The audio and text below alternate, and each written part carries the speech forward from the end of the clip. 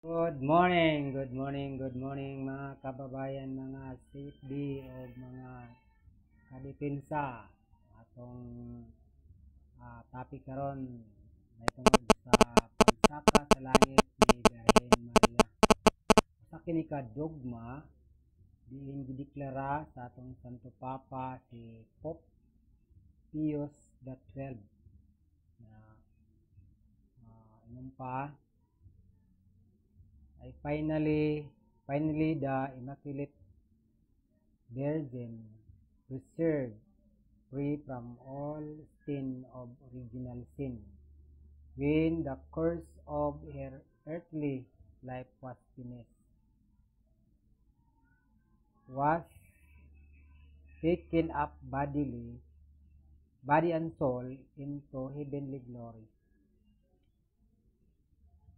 Exalted by the Lord as Queen over all things, so that she might be the more fully conformed to her Son, the Lord of Lords, and conqueror of sin and death.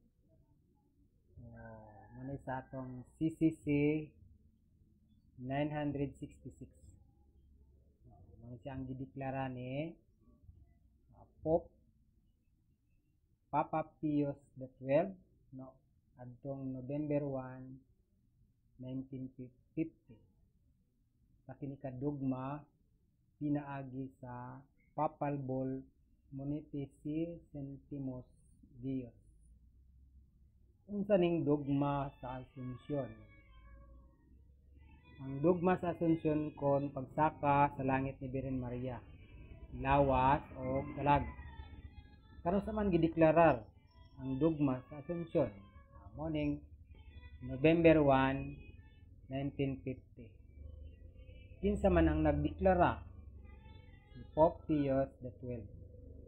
Pinaagi sa Papal Bull Munificentimus Deus. Sa ato pa, sa katupusan ng Immaculada na Birhen, gipahigawas sa tanang mansa, sa tanang panulundon, sa salang panulundon. Dihang ang panaw sa iyang yutan-ong kinabuhi natapos na. Gibayaw, lawas o kalag dito sa langit. Langit nung himaya. O gituboy siya sa Ginoo nga rayna sa tanang butang. Aron nga siya may sama sa hingpit nga iyang anak ang Ginoo sa atong Ginoo og magbubuntog sa sala o kamatayon. Mo kining mabasa nato sa pinadayag 12 verse 1. So dito sa langit koronahan siya og 12 ka bituon. So participation and pledge according to the Catechism of the Catholic Church 966. The Assumption of the Blessed Virgin is the singular participation in her Son's resurrection and an anticipation of the resurrection of others. Sa ato pa, ang pagsaka sa bulahang Birhen Maria usa ka pinasahi nga pag-ambit diha sa pagkabanhaw sa iyang anak o usa ka pasiuna sa pagkabanhaw sa ubang mga Kristiyano. Mao na siya nga dunay dugma nato na no sin, no death.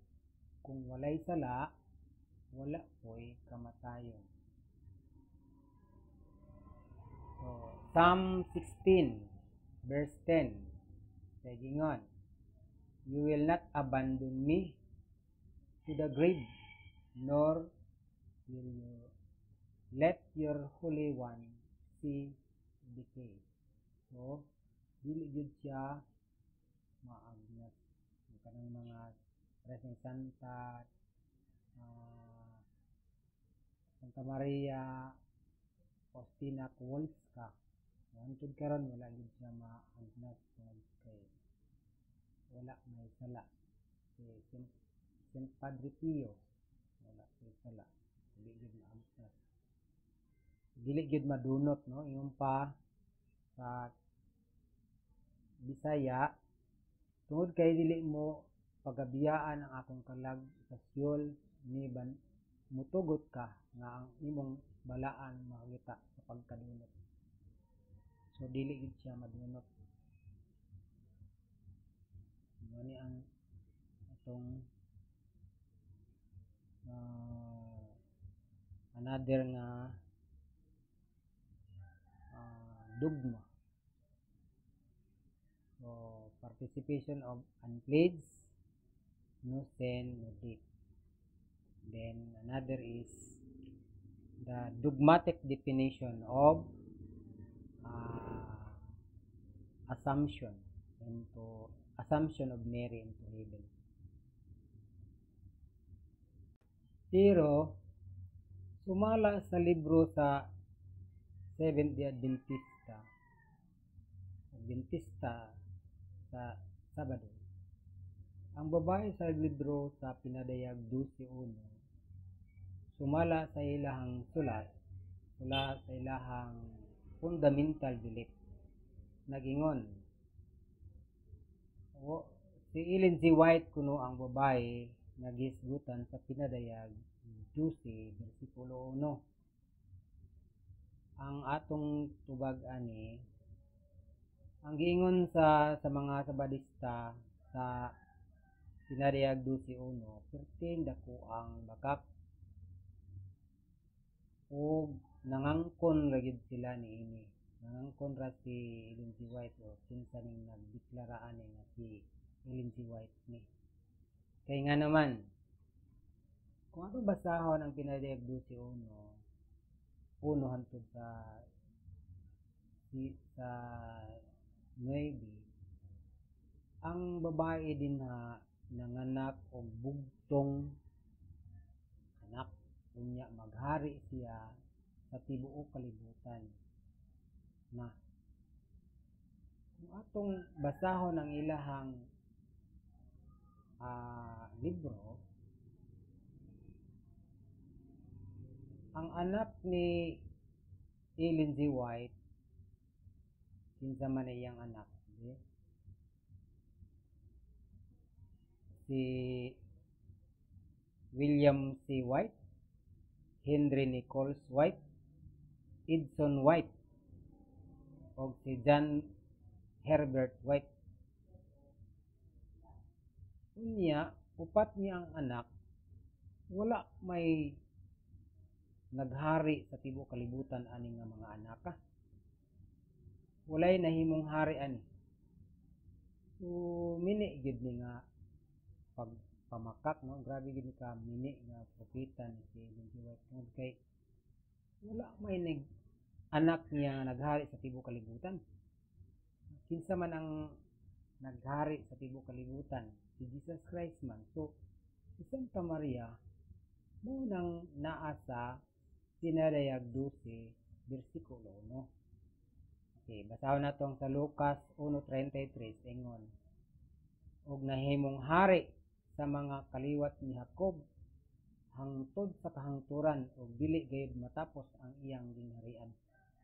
So klaro kayo nga ang naghari sa tibuok kalibutan si Jesus Christ, dili isa sa anak ni Ellen G. White.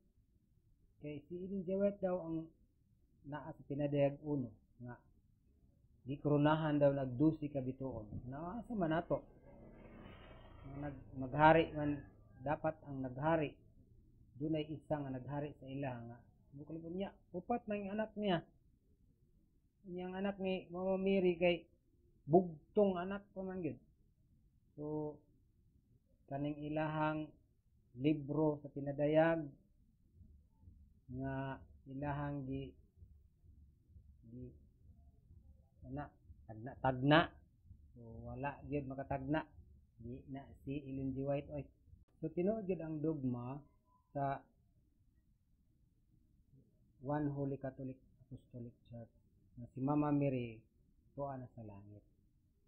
Kaya sa Salmo 37:28 nag-ingon na saad sa Ginoo nga dili ko biyaan akong pinili nga katawan.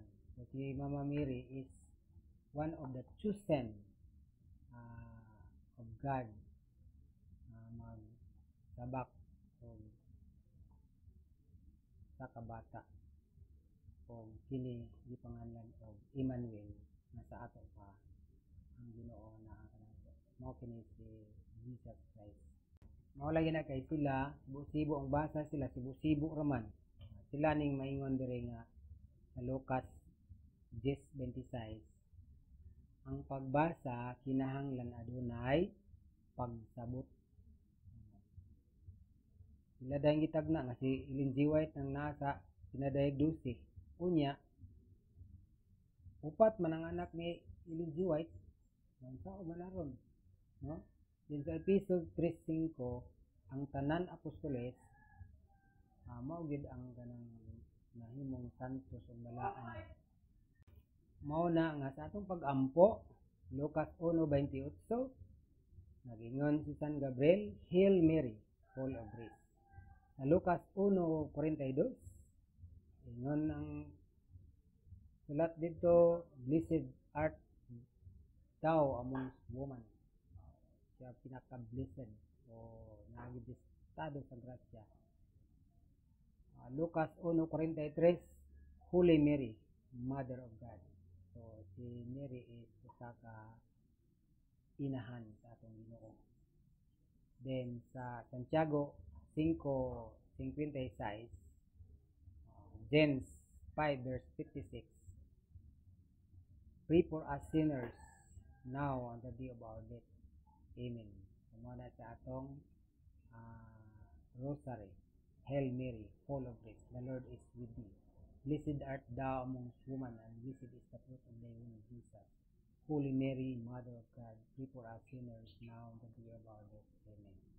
So, mao kadto ang atong tubag, ang atong doktrina o doctrines sa dogma sa Assumption.